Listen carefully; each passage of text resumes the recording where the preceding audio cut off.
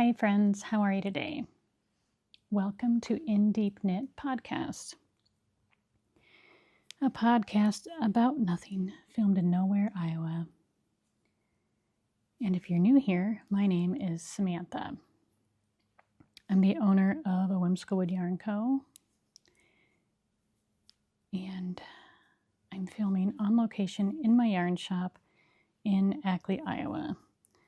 This is a podcast about nothing, but I usually talk about knitting, what I worked on since last I did a video, and whatever bullshit is living rent-free in my brain this week. So if you like yarn and you're in knitting or crocheting and you're interested in my rants, you can like and subscribe because I am here for you on no particular set schedule. All right, so I hate this intro thing. Like, I have to introduce myself and I'm just talking to myself here and it feels so weird. Like an idiot, like I feel like a moron. I mean, there's nobody here to see that, but still. It's okay. All right, so I don't really know. I didn't do a video last week because I was busy dyeing yarn. And I also started to obsess a little bit about making project bags. So I would stay up late and make project bags. And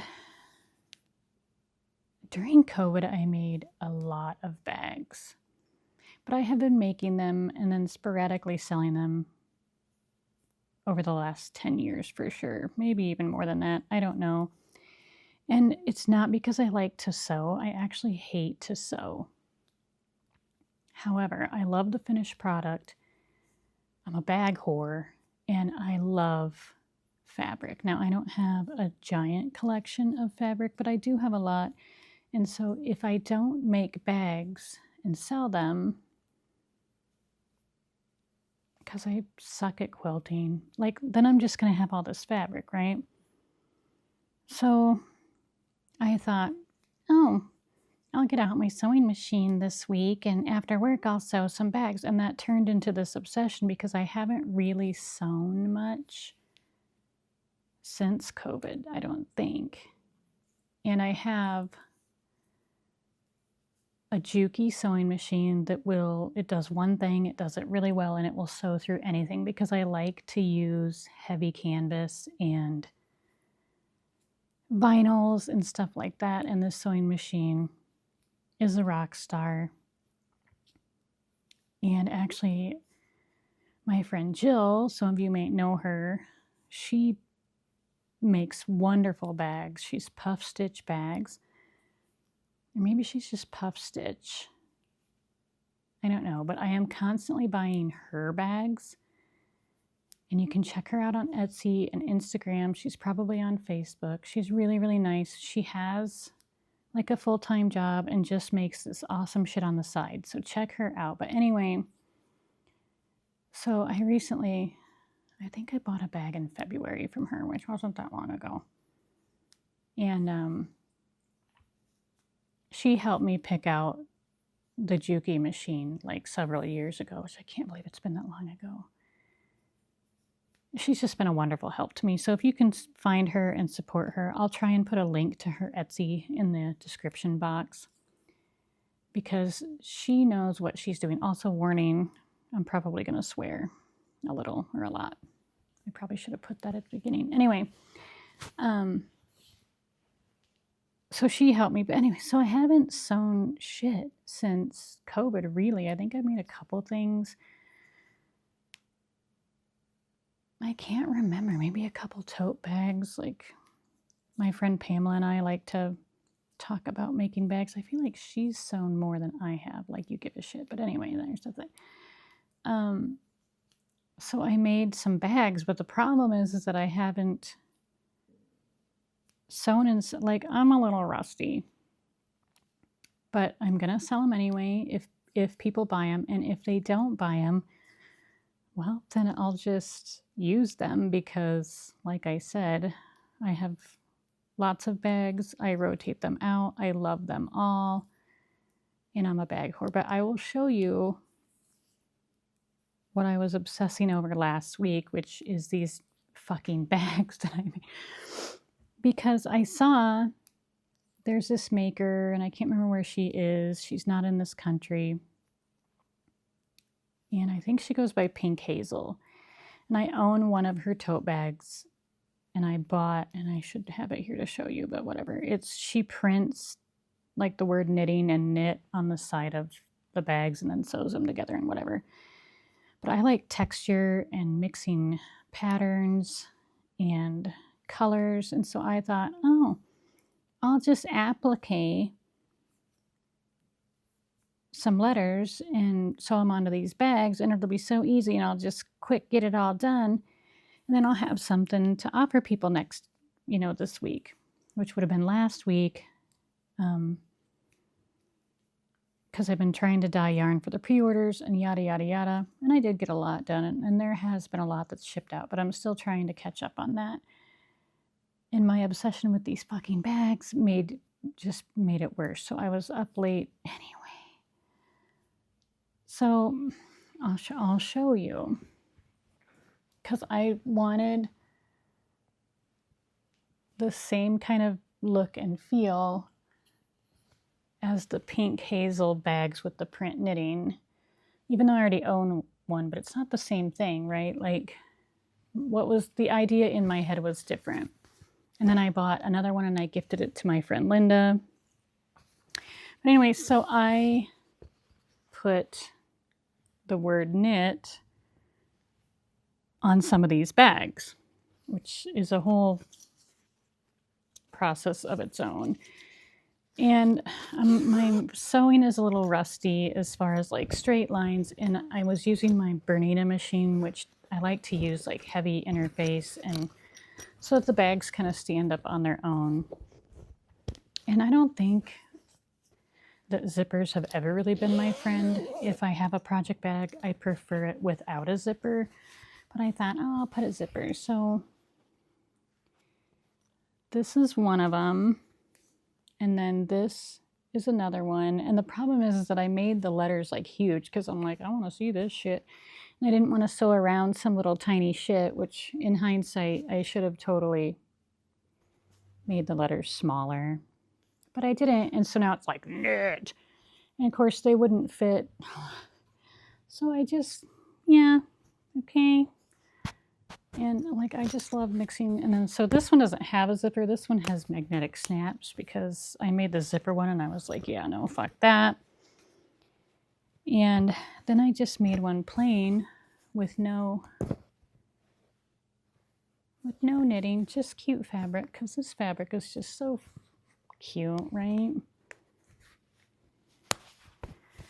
But I didn't stop there. Oh no, I had to make more because this like isn't a big deal, right? You could, anyway, I don't know where to put these. I keep moving my little setup all over the place because I don't know what I'm doing.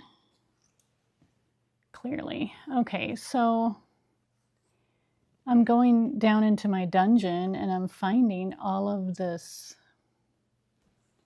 Oh my gosh, we're gonna have a catastrophe. Look at my pendle.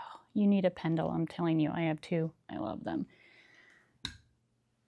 You can get them on my website. Okay, anyway. I went down into my dungeon and I found all this cute shit. All this cute fabric that I had forgot that I had and that I bought. Or whatever. And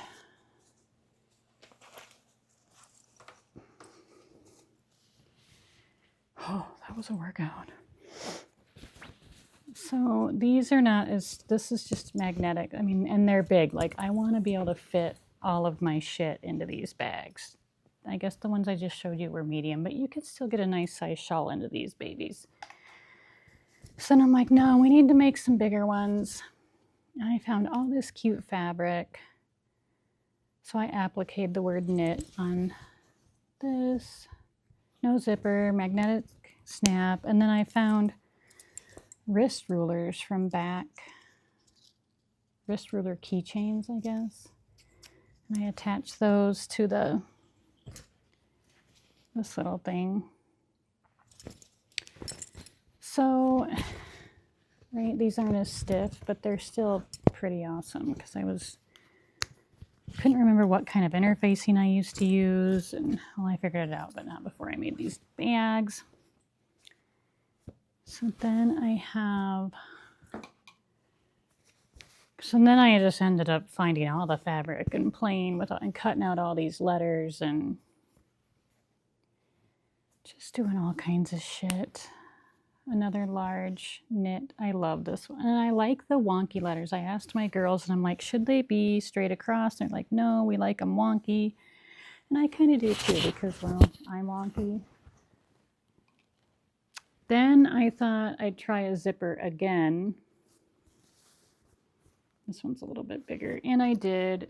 And it's not like it's terrible or anything. It's just, I'm just not a fan of a zipper. This one's a little bit sturdier. This one's a big boy too. So I just love the applique. So I'll probably play around with that. Maybe I'll put some swear words on the inside of one because my logo says warning swear words within, like I do with the bitch bags. And then I made this giant one because I love putting bags inside of bags inside of bags. And when I go somewhere, like I go to my friend Linda's or my friend Kate's, I want to take like all my projects, and I usually use a big bag like this. I did peaches because of Whimsical Wood Yarn Co. And the knit has little peaches on it. And like, I should have moved the knit down a bit, but like, who cares? It says knit, you can fucking tell. So I made this bad boy is huge. It's huge. And then you can tell I haven't done this in a while because like on this one I forgot to put my Whimsical Wood Yarn Company patch on it. That's okay. So this bad boy is going to hold all your projects in probably 20 skeins of yarn plus some, or a big ass project. Look at that. So, and I actually made 2 of these. And I made, this one's mine, but I've got like 4 projects in it. It's like bursting full. Anyway, so I have one of those. Look how cute the fabric is. They're just darling. They're just darling. And none of these I was really 100% happy with. I mean, they're great. Okay, so then after this one I was really, this was probably my favorite one. I am so happy with this. And then of course I always have to add extra hardware and all the extra things. So this is hippopotamuses and detachable iridescent hardware. And then a drawstring. But here's something that I did with this one. Like on this one, I put magnetic snaps on the inside, even though it has a drawstring, which is stupid. So that's a total waste of magnetic snap. And then even if you like fold the drawstring down, the snap is covered now by the drawstring, so you can't use it. But you know, it's okay. And this one's big too. It's really deep. I like deep, shorter bags so that I open them way up and see inside, and it has a pocket and fun fabric inside. And I just love the colors of this one, and I love the hippopotamuses. So I made this one, and it's got that heavy canvas that I like because it's really durable. And little suspender straps. Okay, anyway, I think this one's probably my favorite. I might make another one for myself, but without the magnetic snaps.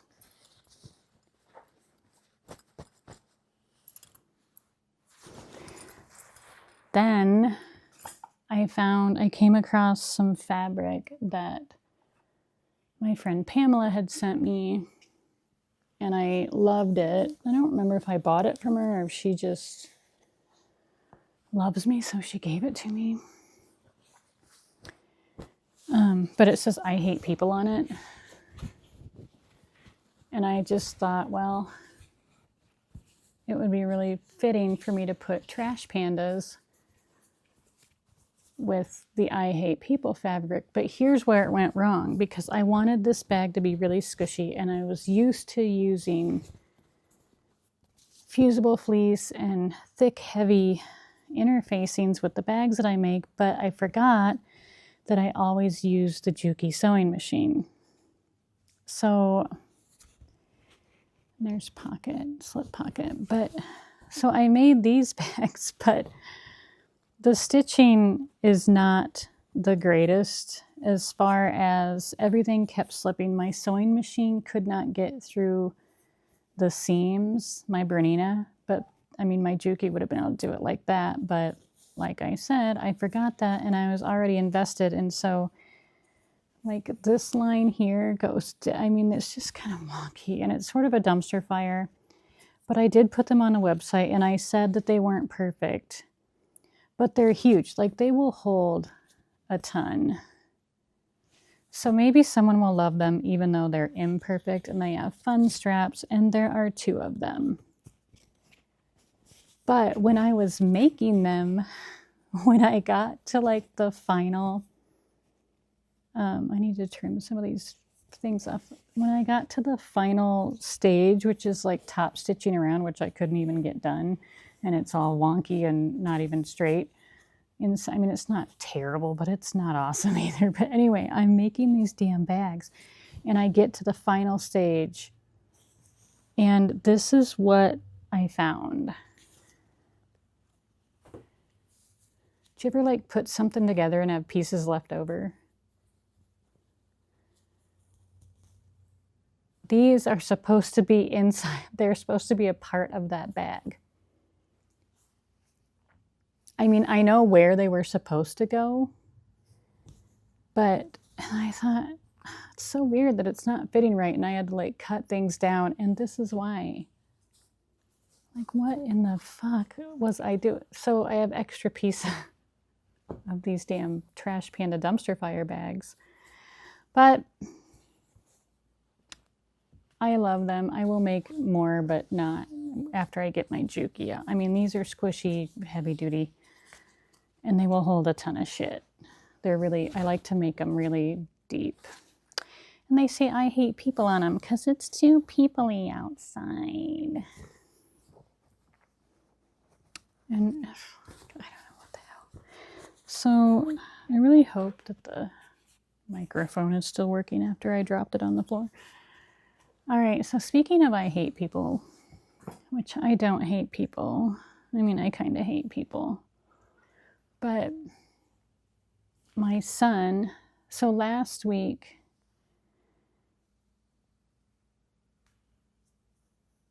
I don't remember if I saw my son last week or not.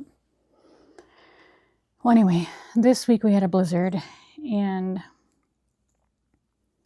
my son Wyatt comes once a week or once every other week and helps skein yarn and blah, blah, blah, blah, blah. But he had cut himself at work and couldn't work last week, I think maybe it was. And so this week he could work, but he couldn't like immerse his hands in water, so he couldn't help like wring the yarn out or do whatever. But anyway, so he did inventory instead and put some shit on the website that hadn't been on the website. Like some sparkly shit that I got in that I'll show you. But first, he always has something to show me, right? So he shares with me this article that he read on Fox News or somewhere. And it's about this woman who like sat on her kid, and maybe some of you have seen this. And the end result was that she killed her kid, her foster child, I think it was. And I was like, oh my God, that's fucking terrible. Like, really, it just makes me sick to my stomach. But this, and he tried to give me a summary of it, but of course I wanted to know more, because what the fuck? Why are we sitting on our kids? Like, how is that a good way? How could that be good? Ever? So I am going to share it with you because I can't get it out of my head. So the only way I'm going to get it out of my head, and I probably still won't, is if I share it with you. So this article is from foxnews.com. This is a link that he sent me. I'm sure you can find information elsewhere. But the headline is Indiana boy, age 10, dead after 340-pound foster mom sits on him for acting bad. Okay, you can take the 340 pounds out of the equation. Like, I don't know why they had to put her weight on there, because who gives a fuck? The fact of the matter is, you have a 10-year-old child, you're a grown-ass woman, you've sat on him and killed him, and that's all we need. We don't care about the fucking weight of this person. I mean, because the math still maths. An adult traps a boy and sits on him. No good thing can come from that, usually a 10-year-old little boy. Anyway, a 10-year-old Indiana boy was crushed to death after his foster mom, who weighed 340 pounds, allegedly sat on him for several minutes because he was acting bad. Okay, so I'm Gen X, and we got spankings, and of course we also ran wild and had no cell phones, and I don't know how we're all still alive. But, and that's, I mean, now we have no fucks at all, but my mother and father never sat on us because we acted bad. Like, what the fuck? Like, how is sitting on someone going to keep them from acting bad? Like, I don't understand. If you have to sit on someone to get them to listen to you and focus and respect you, well, first of all, that's just never going to happen. So parents out there, sitting on your kids does not make them respect you, listen to you, or stop acting bad. It just makes them probably hate you more. I don't know. Jennifer Lee Wilson, 48, was sentenced in January to 6 years in prison with 1 year suspended to be served on probation, according to WMAQ, which is whatever news station in Indiana. She was charged with reckless homicide. You don't say. Reckless indeed, ma'am. Ma'am. In the death of Dakota Levi Stevens. On April 25th, police were called to a home in Valparaiso, Indiana. I don't know how to say that, and I frankly don't fucking care, because the boy was not breathing and turned out to have no pulse. CBS News reported an officer found bruising on the child's lower neck and chest. Officers attempted to resuscitate the boy, but he was transported to a hospital where he later died. Ugh. Wilson told police that the boy had just run away from home. I wonder fucking why. And she had found him at a neighbor's house and brought him back home. She said he was still acting bad and threw himself on the ground, telling her that he was leaving. I don't fucking blame him. I would run like hell if I had a foster parent or whatever who thought it was fucking normal to detain me by fucking sitting on me. According to a court filing, Wilson told police that when she attempted to stop him from leaving, she does not know if she tackled Dakota or they fell to the ground. However, her intention was to hold him. Bitch, you know how you got a hold of him to sit on him. You don't know if you tackled him? You fucking asshole. You know, you just don't want to say. It was probably something awful, you bitch. But anyways, she said, I mean, because she had to get a hold of him somehow in order to get on top of him, to sit on him and then crush his little body, right? She knows exactly how she fucking did that. She said she sat on his midsection for about 5 minutes. 5 fucking minutes. 5 minutes. Like, Jesus. People don't even put their kids in timeout for 5 minutes. Like, you're sitting on somebody for 5 minutes. And it, you know, it all depends on how she sat on him and where on his little butt. Like, what? She sat on his midsection, right here, where all your lungs, you know, and if you're a little tiny 10-year-old boy, if I sat on my daughter's midsection, she would suffocate and die. Like, for 5 fucking minutes. She said she sat on his midsection for about 5 minutes. He eventually stopped moving, but she believed he was faking. You stupid, stupid bitch. I don't believe that you believe that this little boy was faking. I think you knew that he wasn't faking. You asshole. Like, are you fucking stupid? You sit on something and it stops moving and struggling and you think he's faking? And so what if he was? There's your sign, you asshole. Get up off your kid. Like, are you faking? She asked him before she rolled him over and noticed his eyelids were pale. She says she began performing CPR and called 911. Doubtful. If you're so lazy that you choose to use physical restraining, like you're using your own body to physically restrain a child rather than communicate with the child, talk to the child, love the child, whatever the fuck, anything, but oh my God, I can't even. On April 27th, South Bend Memorial Hospital reported that Dakota had died. He suffered organ and soft tissue damage, liver and lung hemorrhaging, and other injuries. An autopsy revealed the cause of death as mechanical asphyxia, and the manner of death as homicide. You don't say. Poor kid. Like, and he has nobody to fight for him. He's a foster kid. So, like, who's getting justice for him? I don't feel like she got a harsh enough fucking sentence. She sat on a child and suffocated him. Mechanical asphyxiation is a form of asphyxia caused by physical, external forces, or body positioning that prevent breathing, leading to oxygen deprivation. It includes compression of the chest, airway obstruction, and strangulation, often resulting from accidents, traumatic incidents, or entrapment. That's from WebMD. What the actual fuck? I have never, and I've had a whole litter of kids, I have never felt the need to physically restrain them as a form of, like, if my kids are acting bad, the last thing I'm going to do is sit on them until they behave themselves. No, we're probably going to have a conversation so that they can hear my perspective and an explanation of why what they're doing is wrong. You know, how they can manage their feelings.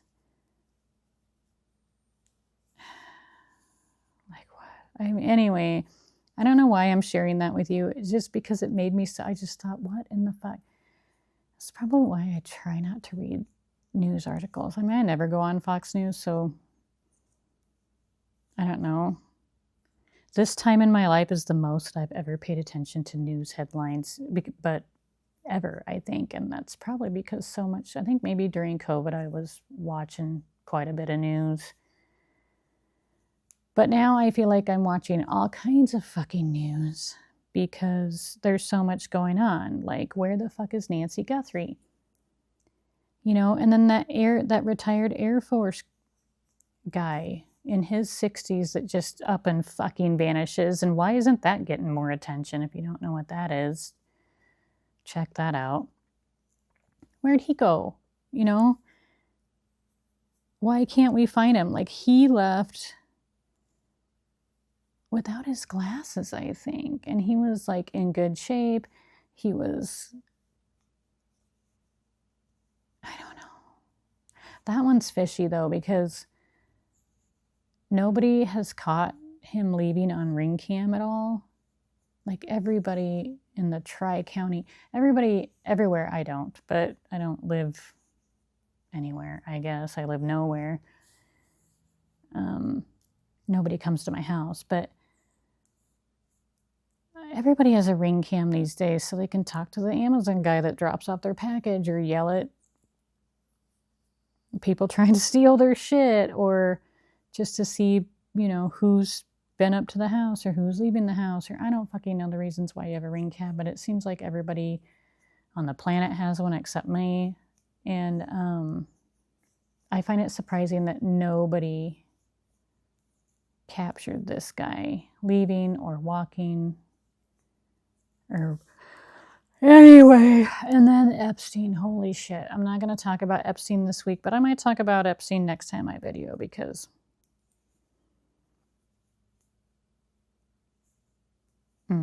okay. Anyway, so last week, what else happened last week? I keep bouncing around from last week to this week, but so my mother-in-law, my husband's mother, is part of this group of women, and she calls it her Sorority Sisters. I don't know what the group is called. My husband calls it a cult, but it's not. It's a group. It's a group of women. I think there are 12 in total. And they get together, I think, once a month. I don't actually know, because she tried telling me, and she's been a part of it for years and years and years. And then sometimes they have like programs, and they'll go different places, and wherever they're going, the host of the program will put on a little presentation. And so, you know, they've been to, like, I think maybe they've been to the bookstore here, and I don't know where all they've been. I'm sure they've been all over hell.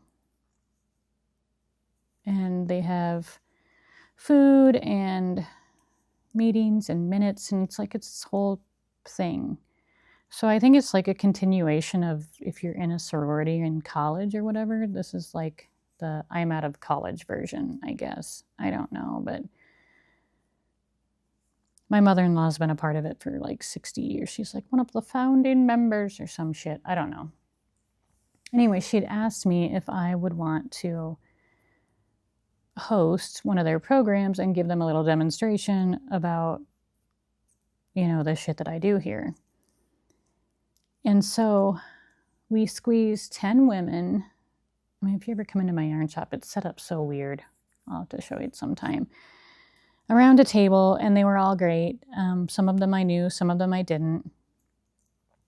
And I kind of gave them a rundown of how I started dyeing yarn, the yarn shops I've had. And then I told them a little bit about the process, and then I let them dye yarn.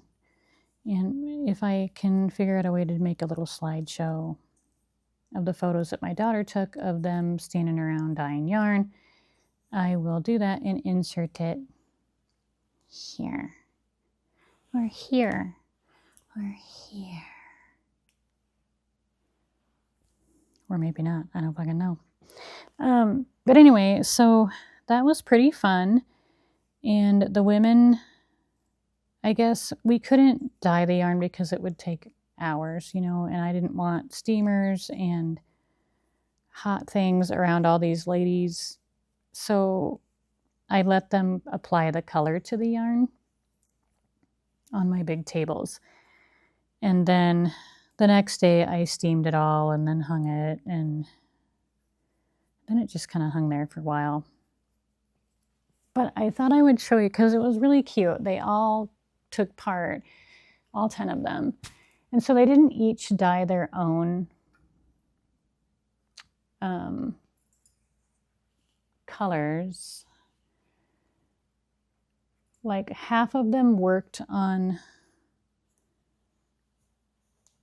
one set of yarn, and then the other half worked on another set of yarn. And there was, I don't know, probably a total of about 10 skeins. But I thought it was interesting how, and they used the same colors, and I told them all the same directions. And this is, I call like the heavy group. My mother-in-law helped with this batch. And then this is the color from the other group of women.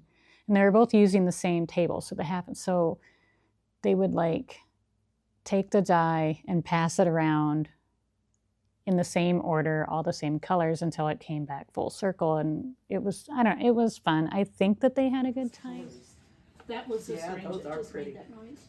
There's a cool picture. Sure The is. colors. Oops. Look at this. Woohoo. Isn't it fun? Let me just put it down because the hell with it. Do you want me to? I'll go get another bowl. No. And they haven't seen these yet, but I don't think that any of them knit or crochet. I think some of them know how. Like my mother-in-law knows how to knit, but I don't think she does anymore. I think the last thing I knew that she was knitting was a baby blanket for my daughter Gracie, who is now 14. But so I'm going to show them, and maybe I'll make maybe I'll make a scarf or a hat or something. I don't know. But there was so much dye all over the tables that I didn't want to just waste. So I don't do this very often anymore, but if I have extra dye laying around, I'll do what I call sloppy seconds skeins, and I'll use the extra dye at random, and I'll just use bare yarn to soak up the dye, the extra dye, so that it doesn't go to waste. So I did make some sloppy second skeins, and they're usually really cute. It's usually just a white skein with different colors. So I did do that last week. And then this week we had another blizzard. We had more devil dust and another fucking blizzard. And then temperatures plummeted. And then today it's supposed to be nice. And then Saturday is supposed to be 80 degrees. And then Sunday it's going to go back down to 40. So welcome to the Midwest roller coaster shit show that is the weather in Nowhere, Iowa. But this week, while working on pre-orders, I decided it would be fun to dye socks. Why? I don't know why. I just thought I would give it a try, right? So I dyed some pairs of socks that I will also put on the website, and they're all different. Like each pair isn't even gonna match. I mean, it'll be close, and I dyed them in fun, bright colors because I like fun, bright colors. Oh dear. Oh dear, there's another, most of them are like this color.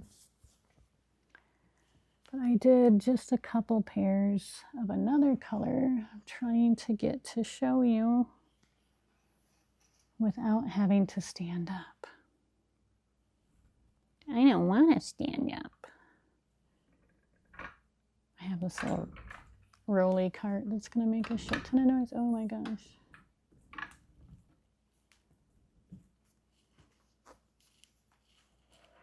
Oh, of course I flopped. Ooh, more sloppy seconds. Look at those. Okay. And then this is the other color.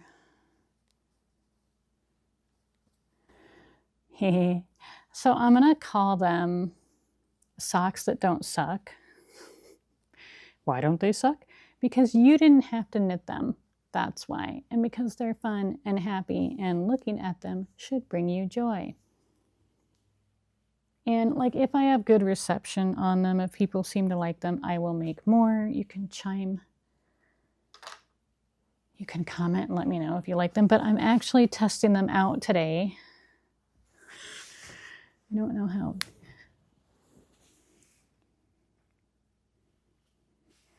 These are my socks. Aren't they fun? I always like a cute sock poking out of a Birk, right? Woo! That's some fun shit right there, let me tell you. Like if you ever wear socks with your Birks, like sandal Birks in the summer, it's fun. Okay, so anyway, those are the socks. Those are on my website right now, I think, maybe, I don't know. What else? I only made one new color this week, just because I had some leftover sparkle from dyeing the Who Pooped in Your Pot of Gold pre-orders that are downstairs drying as we speak. So I did this like tropical colored skein, and I'm calling it Delusional Island, which is where I wish I was right now. But I'm not. I'm here in Iowa with the cold and the snow and the bullshit. This is Opal Kiss sock. So I put this one up on pre-order on Fingering Weight or DK. It's delusional. I wish I was on some tropical island somewhere just sipping on a tropical drink instead of in this frozen fucking hellscape. Anyway. All right, so last up, I've ranted long enough probably. I'm going to rant a little bit more. Is show and share, like my progress report on all the projects I'm working on. So this guy is what I started. All of these, I think. Well, not all of them, but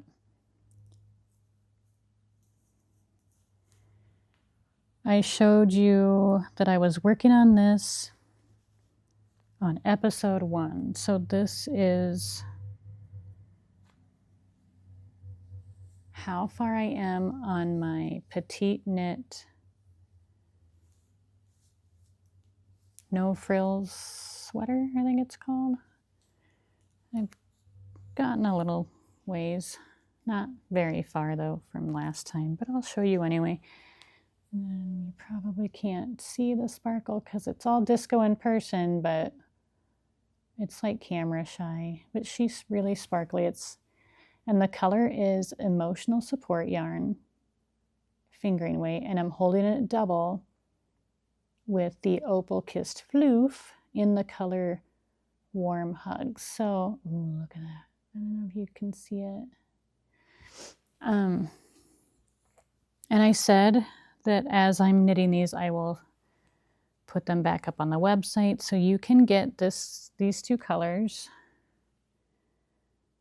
on the website. I'll put them up for a little while, then I'll take them down and dye them and blah, blah, blah. And they're up there right now in the current pre-orders collection. Then I did make quite a bit of progress on my I'm a Little Feral cardigan, which I'd also started in episode 1, so about a month ago. I think I remember saying if I would just knit on one of these instead of all these projects, I'd have both of these done by now, but that's not how I do things.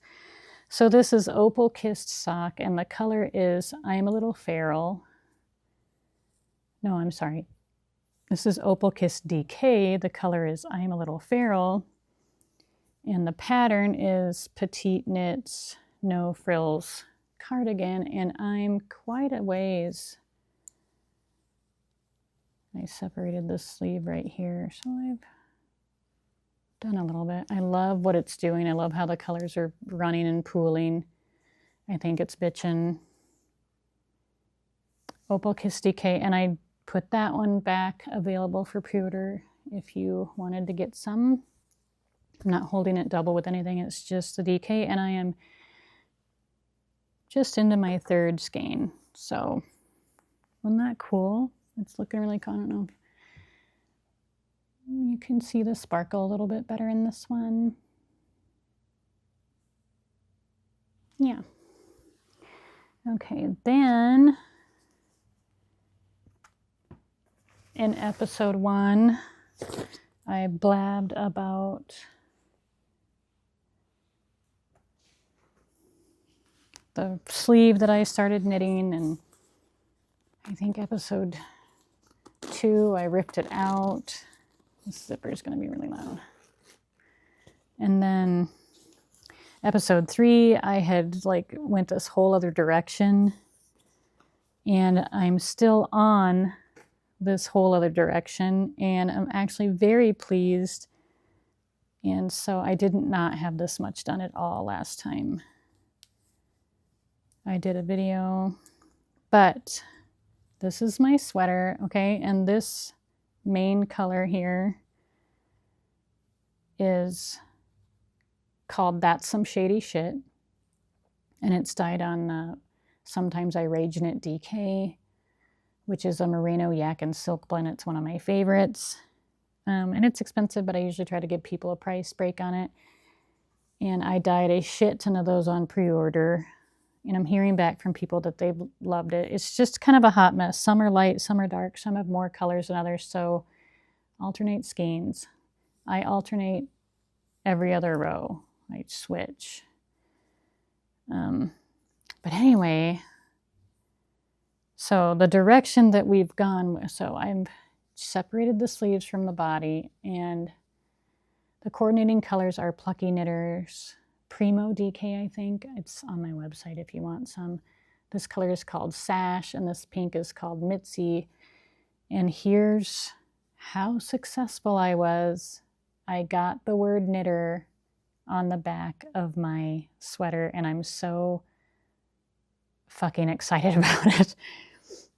I changed the font. I made the words bigger. And I think this one is a keeper. The charts all worked out. So when I wear it, knitter will be across my back. And I think that's pretty bitchin'. I haven't decided if I'm going to put any other color work in it, or if I'm just going to stop there. And then that's how the color just on its own alternating skeins. I did not alternate main color skeins in the yoke because the yoke disrupts it so much. I don't feel like I needed to. The color work just like breaks it up, but definitely alternating on the bottom. So I'm really, really pleased with how this guy is coming along. So yay. And then I have a surprise thing that I'm working on. I can't show you for local yarn shop day because I get to participate this year because I actually have a physical location again. See, y'all, this is why I don't like zippers. What in yarn hell? I actually love these bags though, so I'm gonna keep using them and just be more careful. Oh, good Lord. Okay. So I should have had the plan pooling, the crochet version of the plan pooling asshat done by now. But then somebody in the last video, I showed it to you and I talked about how people wanted it in all the weights. Well, I started a fingering weight version, and because people asked for different weights, and I'm just not very far along. And I think the reason is, you can see the colors are starting to pool now, but the crochet hook that I was using when I started it broke, and it's the only one in that kind of hook in that size that I had. So now I'm using this other crochet hook that I hate. And so then I'm like, I don't want to crochet anymore because it's uncomfortable and I don't like it. So I just really haven't touched it. So I think what I need to do is either suck it up and keep going or buy a new crochet hook. Yeah. Yeah. All right, so I did a little rant. I showed off all my shit. I showed you my bags that I've been obsessing over. I talked briefly about some asshole that sat on her kid and killed it. Foster kid, makes it even worse. Blah, blah, blah, blah, blah. That's my last couple of weeks. I just been dyeing yarn, and shop will be open Friday and Saturday. So tomorrow, actually, I don't know when I'm going to put this up. So Friday this week and Saturday, I will link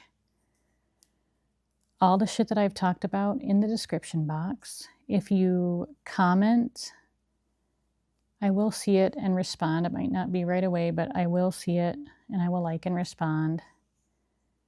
I do read the stuff that you guys say, which is really easy for me because hardly anybody watches this shit right now. And maybe that's how it will always be, and I'm okay with that.